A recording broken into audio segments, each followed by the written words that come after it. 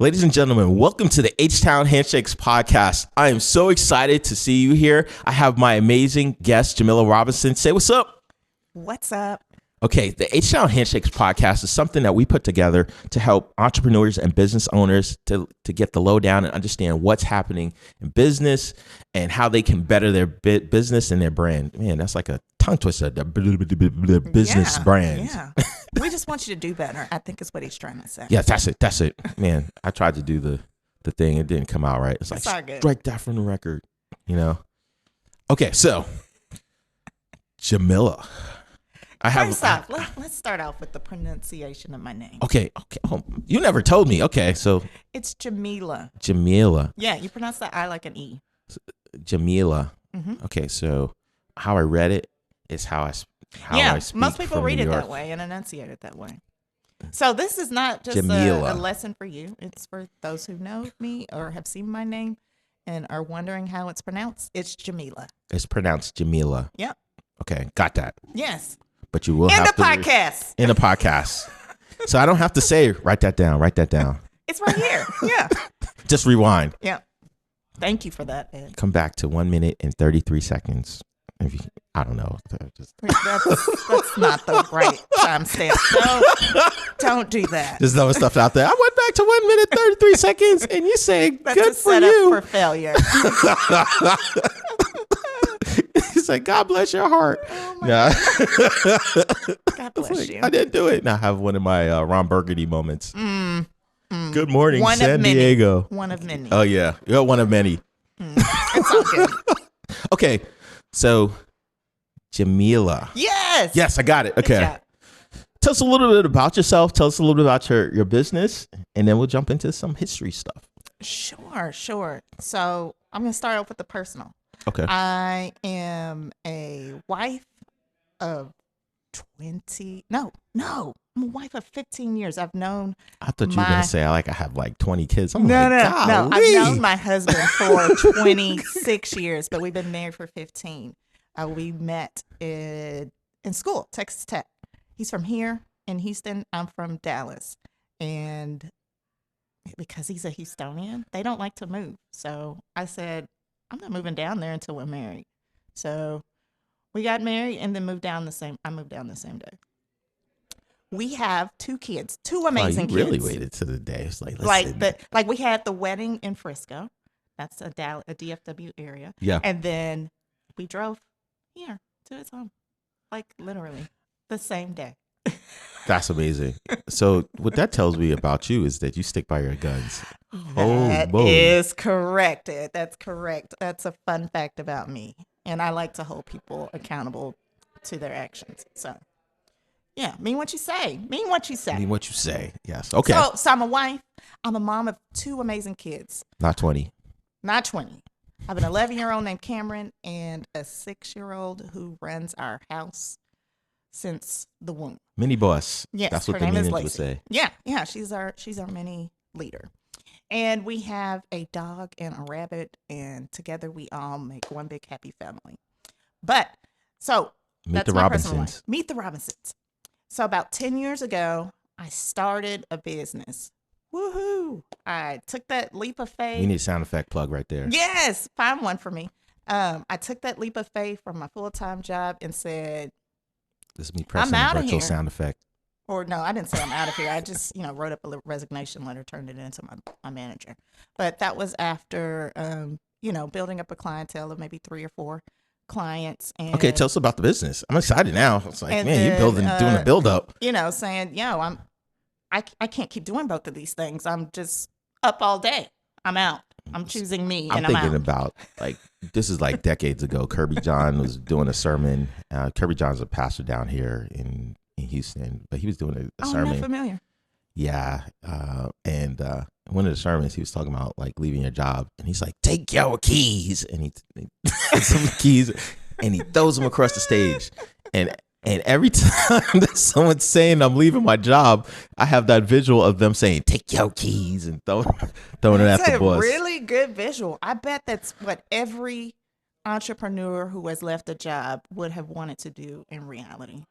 So, yeah, that's a good one. Stick with it. Okay. Right. Anyways, I left I started my business as a social media manager. Okay. And I found that out of a hobby that turned into a passion for, from doing it for free for my church. And A lot of businesses start that way. Yeah, what sparked that was, I'm just volunteering, doing the things. And they were like, hey, we like what you're doing. You're pretty consistent about it. We'd like to pay you for it. And I was like, God's got a blessing. Yeah. I said, first I said, thank you, Jesus. And then I thought more about that. I was like, well, what if I could get other people to pay me for this? And so, I am a creature of habit. I love consistently getting paid. And so, staying at a 9-to-5 where that happens, it's like I'm going to have to convince myself to do this. So I wrote up a business plan, had an action plan for, well, this is when we exit and all the things. Wow. Most people don't go that route. Yeah. I dug myself out of that place with, steps. So I did that and, I'm finally by myself and it's like, what does by yourself mean? As an entrepreneur, like I'm not reporting to the job anymore. Oh, okay. And it's, oh my God, there's no schedule. I have to create the schedule. Right. Yes. That is one of the weirdest feelings. One of the first, most scariest things that you find out as an entrepreneur. But it's now empowering because, after you figured out, oh, these are the things that I need to do, you figure out when to do them. But when you first start, it's like, oh my God, there's nobody here to tell me what to do and when to do it. How am I going to get this stuff done? Just putting that out there. But anyways, that was 10 years ago. To those of you that are going through these freak out moments, because, okay, so, and this is just a side plug. So right now, there's a lot of transition, if you hadn't realized. You know, people are looking for the side hustle to the side hustle. And so one of the things that they don't talk about in all those fabulous TikTok videos is like, I started a shop and, I opened it up on this platform, this e-commerce platform, which there are a ton of out there. Mm-hmm. But they don't tell you that you have to source the product or make the product in your situation and do all this other scheduling stuff. There's all these other things that you have no clue about until you actually start doing it. Yeah, so this is the part where you start recording in Jamila's story. All right, keep going. Yeah. So, should I say write that down? Yeah. Whatever your preference is. Write it down, rewind, however you feel the need to capture the moments. But so figured out a schedule, figured out how to grow things for social media. Also now offer video production and email marketing that helps nonprofits elevate their impact through their online presence. So I really tailored my service offerings to nonprofits after becoming a nonprofit leader and seeing how so tied to the mission that the nonprofits are that they really don't care about the other things that help them elevate their impact online. So it's like, okay, well, I am a nonprofit leader who now needs community for this, but I also want to serve them with the skills that I know. So I have packages and work with nonprofits to help them elevate their impact through those tools and services. Okay, so what does elevate your impact mean in terms of just the audience out there? Well, elevate your impact is the name of my company, but to me, it means extending the impact that you create for your community. And as a nonprofit, you have communities that you serve. Our nonprofit serves women and families who've experienced pregnancy loss. So we pour all our energy and our resources to making sure that happens for here and our other chapters in Texas. And because you're so hyper-focused, you need things like social media. You need things like a nice-looking flyer to help promote your community event. You need consistent email marketing. But those are like really one-off things for people in those positions, especially now. It's crazy because a lot of people think that's where you actually start. It's like, I have a business card, now I have a business. And it doesn't exactly work that way. Yeah, not at all, right? Like, that's one of the most important things you think is what you need, and it's not really what you need. What you really need is community and resources. Yeah, that's where it starts. All right, so I guess Tell us so you're at a moment and you decide that, there's got to be a better way. And so you start making a better way. How did a better way happen? What were the first steps that you took to get started? Within my new business? Yes. So once I had that come to Jesus surreal moment that, oh my gosh, I have to create a plan for this. That's exactly what I did. So I started building out that schedule to make things work as a solopreneur. And did you hire a service? Did you use pen and paper? You know what? Let me tell another real moment. So, I leave the job and I'm figuring out this schedule with clients that are here, right? I lose 2 of the 3 clients. Oh, okay. The boat has some holes in it. Okay. And that was the come to Jesus, get down on your knees. Okay, we have to figure this out. And you're going to have moments like that as an entrepreneur where, the stuff unravels, but it kind of needs to. So you develop and fine tune things. So, yeah, that happened.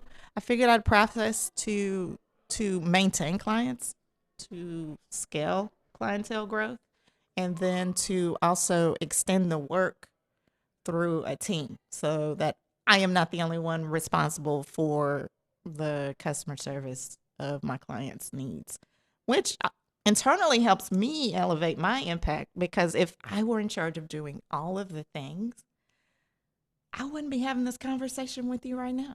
Right. Yeah, because you'd be underwater working. Yeah, I would be in front of a computer trying to meet the needs of my clients. Well, it's a good thing because we have you as a guest. And thank you. Yay! Thanks for allowing me to be here. Okay. So yeah, extend community externally and grow community internally so that you can elevate your impact. Wow. So going through this process, because I know there's a lot of people out there saying it's like, all right, but how do I get from point A to point B? And so basically, just recap. So you're like, okay, so this situation is going okay at the job. It's never horrible as we think it is, but it's not going so great. Sometimes it is, I guess. Sometimes it's a nightmare. Yeah. So I take that back. Yeah. I was the one that was in the nightmare. You're like, yeah, it was very toxic environment. Wow. Like the people, the management, all of the things were to a point where I would sit in the parking lot and be like, well, I don't even know if I want to go in there. Wow. There were days where I cried before I went in. Wow. And that's a reality for a lot of people. Yeah. So, yeah, I'm glad I took that back. Figure a way out. Yeah. So, please.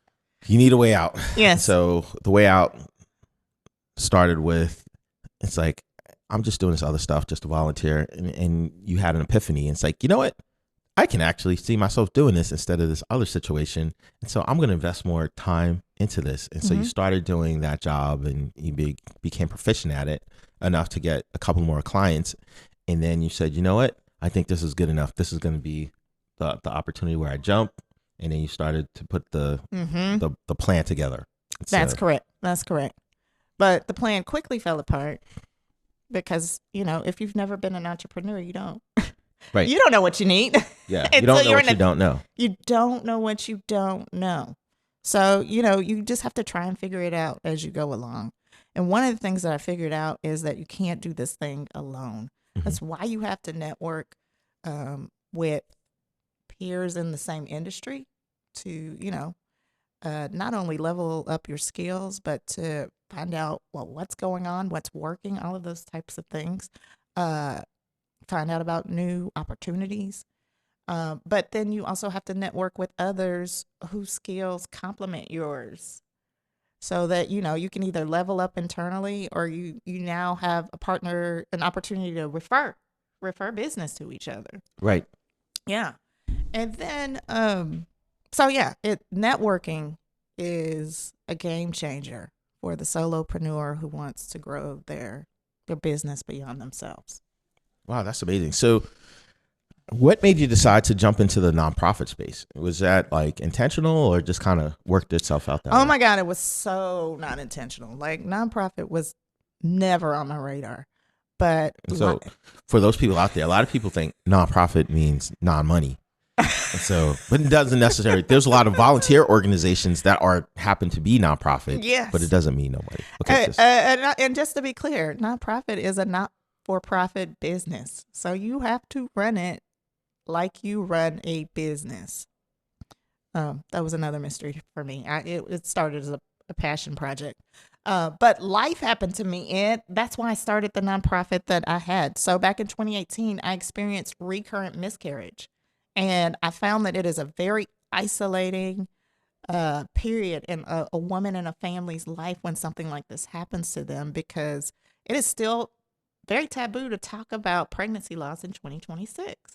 And so you don't really know who it happens to until you open your mouth. And that is a very vulnerable and sensitive type of way to figure it out. So we created resources that help bridge the gap and gets resources into the hands of women and families who experience this through our care package program. And then we offer them a safe space to talk through support groups that we facilitate. Okay. So, and that sounds amazing. Oh, well, thank you. So you had this incredibly personal situation, and you were working through that situation, and as you were healing yourself in the process, I'm assuming. Well, that's a great call out, because I had to heal myself before I could do this work. So after being depressed for months, I was able to find a support group that spoke to this need. And on that couch with the 5 other women, I found the safe space to talk through this, and because talking is very healing for many things, but especially this type of grief. And those 7 weeks I spent talking to those ladies formed an instant bond and a friendship that lasted beyond the cohort of the support group. And we kept meeting, and about a year into just meeting up as now friends, 3 of us decided to help and serve the community that we found ourselves in. Wow. So that's incredible. Yeah. Especially be able to transition to a point where you can reach out and help somebody else. Yeah, I think that's how God set it up for me. He wanted me to figure out, well, yeah, this happens to you. It's very common. What are you going to do about it? So this is my response to that. So you had a incredibly personal challenge. You overcame that challenge, and in overcoming that challenge, that allowed you to come across a way, and you developed this nonprofit, and then you took that nonprofit knowledge, and I'm assuming, and then you transferred those skills to elevate your impact. Absolutely. That's what I absolutely did. What I also noticed is I networked in the nonprofit space. There's no real community for nonprofit leaders to just come together and talk and exchange resources, knowledge, things that they know. But what I did notice, like when I had one-to-one conversations with nonprofit leaders, it's like we're spilling all the tea. We're trying to help and support each other as much as we can. So it's like, well, how do I scale this community for nonprofit leaders? And so within my for-profit business, I've created this opportunity for nonprofit leaders to come together on a quarterly basis and network. And it's called Sunday Socials. You're going to be at our next one. Shout out to Sunday Social. Yes. So what we do is we have a brunch paired with a learning opportunity through a featured presenter that talks about a topic that is very good for, not only nonprofit leaders, but entrepreneurs and small business owners. And then we have a panelist session. That's what you're going to be a part of, staying on topic. And then we have breakout sessions, and we do it all over brunch. So, we have some open networking, those meaningful segments of the networking meetup, and then, time to talk with the new connections that you make. So as you're building Elevate Your Impact, the Sunday Socials just kind of grew out of, it's like, we need a place to talk about this stuff. Yes, it grew out of my need for community. Okay. Because I knew that community helps get you faster to the places that you need to be. Right. Yeah. Right. So here we are. We're all about community at HTown Handshakes. Yes, we are. I'm calling myself a part of the team now after that last one. The last one was pretty amazing. It was. So I have my list. You can't see the list of questions, but it won't show on the camera. But I have my list of questions here. Okay. So Where are we? I feel like I've been I talking think we're forever. like on question 44. Yeah. No, just... We're on like question 4 of 44. Okay. Oh my God. Let's see. Go to the house. Okay. So let's see. Yada, yada, yada. Oh, that's some money. Blah, Blah, blah, blah. blah, blah, blah. Yeah. So what is the biggest challenges as a business owner that you've seen, and how did you get through it? The biggest challenge as a business owner that I've seen, and how did I get through it?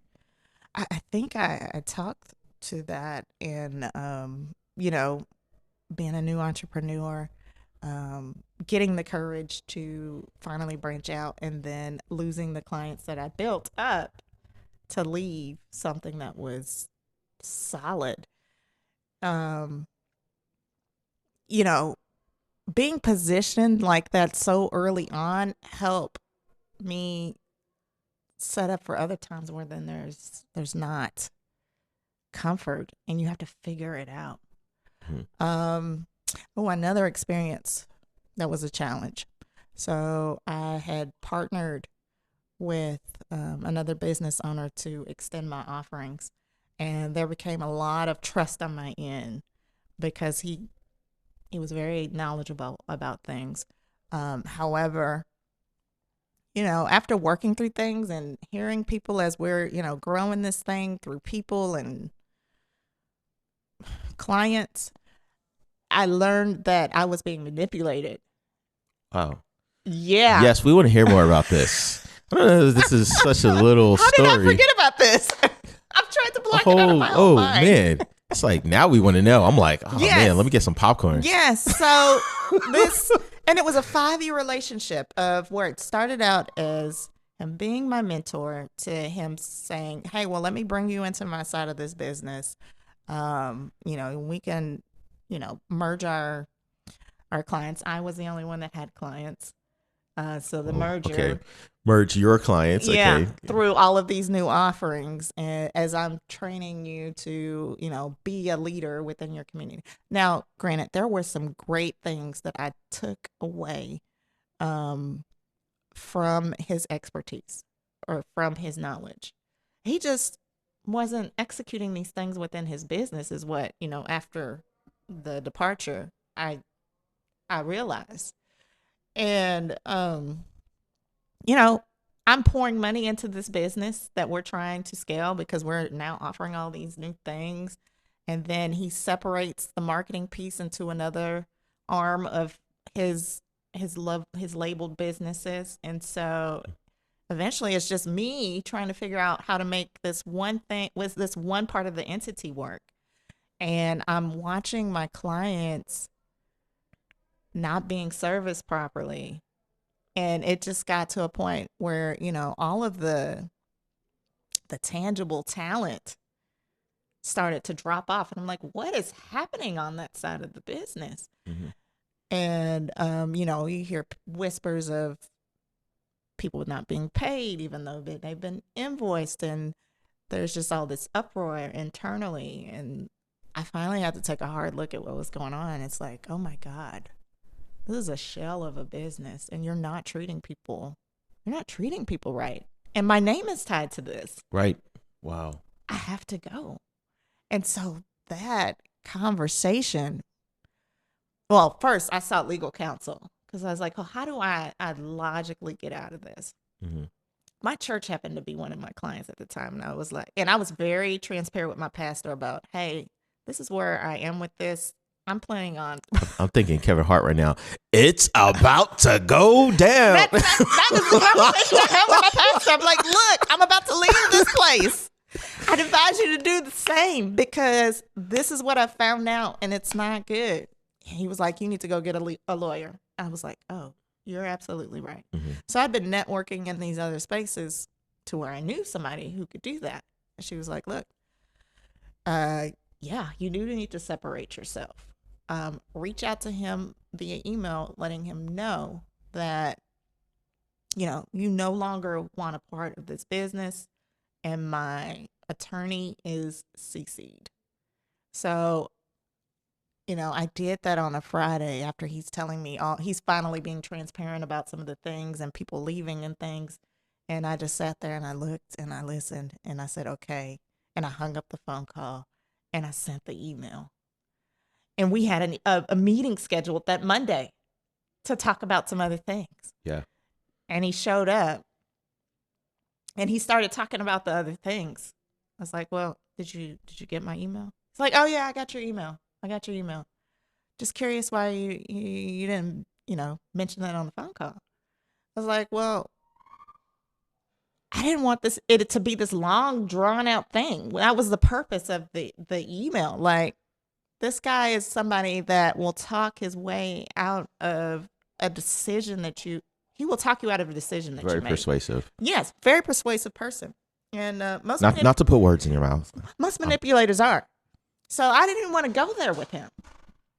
And so, we finally stopped talking about the other things, and I told him that, and he was like, okay. And we got off the phone, and that was the beginning of the unraveling of our businesses. And it was the best thing that I could have done for myself. So, yeah, be careful who you partner with. You will either learn that from my mistake or hearing other people talk about that mistake or by making the mistake. That advice is so good because I'm listening to how you're phrasing it and some of the things. So, depending on where you are in your life's journey, it's like you had a conversation with your pastor, whether it's business or not intentionally, but you had a conversation with your spiritual leader and he advised you based on his knowledge. Seek counsel. Yes. Yep. As a spiritual leader and as a business person. That's right. Spiritual leaders are business people. Yeah, because I was seeking counsel from him and he told me to go get some legal counsel. Yeah. Yeah. It was perfect. And then you followed that process. And I think that goes to, trusting your gut as a business person. Yeah. Yeah. And sometimes, you need to lean into the right people before you make major decisions. Like, you can write your list of pros and cons, but these are the thoughts that are rolling through your mind. Sometimes you need an outside perspective before you say yes to what you think is the big thing. And I was literally in a situation like this just yesterday. Wow. Man, a lot of stuff is happening, and you got me at the right time. You got me at the right time. So a lot of stuff happening means that you're in a lot of places. That's good stuff, right? It is, and it is good. So I was offered an opportunity to be a part of a book project, and I'd seen the marketing for this book project before. Is this something, since it's current, something that you can chat about now, or not comfortable? Well, yeah, I'm comfortable. I just don't want to name any names. And so I'd seen colleagues be a part of it and things of that nature. And it came across my desk. And I was like, And this is like, the timing for this is perfect because I've been thinking about writing a book anyways. And so I've been looking into opportunities that could help me with this. This one seemed like a solid plan. Like, all I have to do is write a chapter. You have this whole marketing production to help promote it. So this is an opportunity for me to get my feet wet into writing what will eventually be my own book. So, but there's an investment, like anything, there's an investment, right? Mm-hmm. And so because I knew other women that have been part of this project, I reached out to them and I'm like, hey, what's your take about this? And I said, be honest. And they were very transparent that this is a good thing. And okay, now I'm gonna get started. Okay, it's a good thing. Yeah, it's a good thing. This is a great thing. You're making this money investment, but there are so many other ways to get comprehensive ROI, like with awareness and credibility. And yes, you can make money through this vehicle, but like it just makes you a much more rounded individual to be a part of this platform. So yes, I'm thankful that the book opportunity came my way. And I said yes, but only after asking about it from those who had experienced it. So, yeah. That's a good thing. I was waiting for some more drama. I was like, do I need some more popcorn? Good stuff. I'm going to have to put some butter on it this time. I was like, man, my mouth is dry. Yeah. Every now and again, in your entrepreneurial life, you'll have a pink moment. Tons of time in the valley, right? But, you're thankful for the the good opportunities. That's good. I think we went through like 40 questions at that point. Yeah, I'm looking at the list. I'm like, we're at the bottom already. What? Oh, Good, because I gotta go. Okay. Yeah, we're on a schedule, y'all. On to the next thing. Okay. Okay, so I think, what's one daily habit or routine that's been key to your success? Oh, that's a great question. So, because I'm so busy doing all the things, I have to start the day with time for myself. So, I'm an early riser. I start working on things at like 3:00 in the morning. I was listening to somebody was like, yeah, Mark Wahlberg gets up at like 2:30 in the morning. Yeah, these guys, like, that's not a secret success sauce though. Like, if you are a late night owl, play to that strength. Do your things in the middle of the night. That's just not me. I'm a person who falls asleep naturally at like 8:30. So that's why I wake up at 2 in the morning. And so at 2:00 in the morning is when I give myself the me time. I meditate. I talk to God, and I read the Bible or something else that I'm intrigued about. Where do you find the energy? Oh, I go to bed early. You gotta get some rest. I get about 6 hours of sleep. That's good enough for me. Oh my God, I need about like 12 hours of sleep, but I feel like I'm only getting 2. I don't get 12 hours of sleep. That's a very personal problem. It is very personal. That I cannot help you with. I don't know where you're gonna 2:30 in the morning. I don't know where you're gonna find 12 hours, but I can find 6 because I go to bed at like 8. So yeah, that 2:00 hour, that's me time, that's God time, and then I can get up and be intentional about focusing on how I'm serving others. That's a great including routine. My kids and family. Yes, including kids and family. The dog and the rabbit. Do not forget about that rabbit. I feed the rabbit at 6:00 every night. So it's your rabbit. No, it's my son's. That's my son's. But we did not know how much maintenance a rabbit would be. We probably should have looked into that when we were doing the research of things. And so, like, he's picking up the pooper scooper stuff and all this stuff before he goes to school, and then he's got to come back and do another round of cleaning, and then there's an evening feeding. And so there's a whole routine around the rabbit now too. Oh my gosh, that's like another podcast. It's another kid. It is another kid. That's your fifth kid. Fifth kid. Why am I saying fifth kid? That's your fifth family member. Yes. Yes. Yeah. Yep. Fifth family member. We'll call it 5 or 6. Yeah, 6. Yeah. Oh yeah, because there's 4 humans. A dog. 4 humans, a dog, and a rabbit. Okay. Yeah. 6. So that's 5 or 6. Yeah. Mm-hmm. Okay. Yeah. Oh man. So yeah, he's part of the routine before I go to bed at 8:30. But that 2:00 hour, that's all about me. So that's part of the routine. So it's like routine, take care of others, and you take care of nature. I think that falls in. That's not success sauce. The success sauce is make time for yourself. Self-care is so important. Like, I know that is an overused term in today's society, but it is so true. You have to make time for yourself, or you will drive yourself crazy trying to do all these things for other people. Okay, end quote. Yeah, I said it. All right, let me go back to the box. You know what? One of these episodes, I think I'm going to put a box of questions, and we're just going to pick questions out the box. Yo, that's a nice feature. I would love that. So my daughter's like, if I steal that from my podcast series, don't be mad. Yeah, okay? Absolutely. Okay. My daughter's doing like these Dungeons and Dragons things now, so she's getting all into that, and we're like watching videos. I'm like, "What's that?" And they're like reading cards off the thing. I was like, "That's awesome! I'm gonna." It is. It is, and I can't even stand Dungeons and Dragons. It's a whole nother thing. There's like multifaceted, but that's another podcast. Another podcast. Yeah, maybe I'll have her on the podcast, and she'll tell us about the background. You should interview your daughter. It's gonna be a long podcast. Those I'll fast forward through the parts. Yeah, I think watching Stranger Things doesn't do it justice. Really? Because they're playing. They kind of align the story with the Dungeons and Dragons game. So my son just finished watching that series. Apparently, it's pretty popular amongst middle schoolers. Oh yeah, we watched that during the pandemic. It's like when there's gore and everything. That's again another podcast. Okay, so as because I know you got to reel us back in. Reel us back in. Okay, so what advice would you give someone who's just starting out today? Like right now, like as they said, Jamila, I'm starting out today.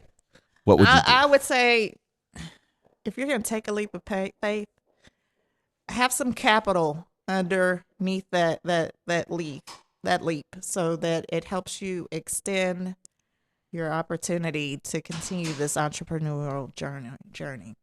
Like, I thought I had some cash saved, but that cash was gone so quick because life kept happening. Life will happen. Yes. Find people that are going to invest in your idea or your plan for entering the market. Grants, loans. Look into things that will help you supplement the business until it starts monetizing and maintaining itself. Do I regret taking the leap? Absolutely not.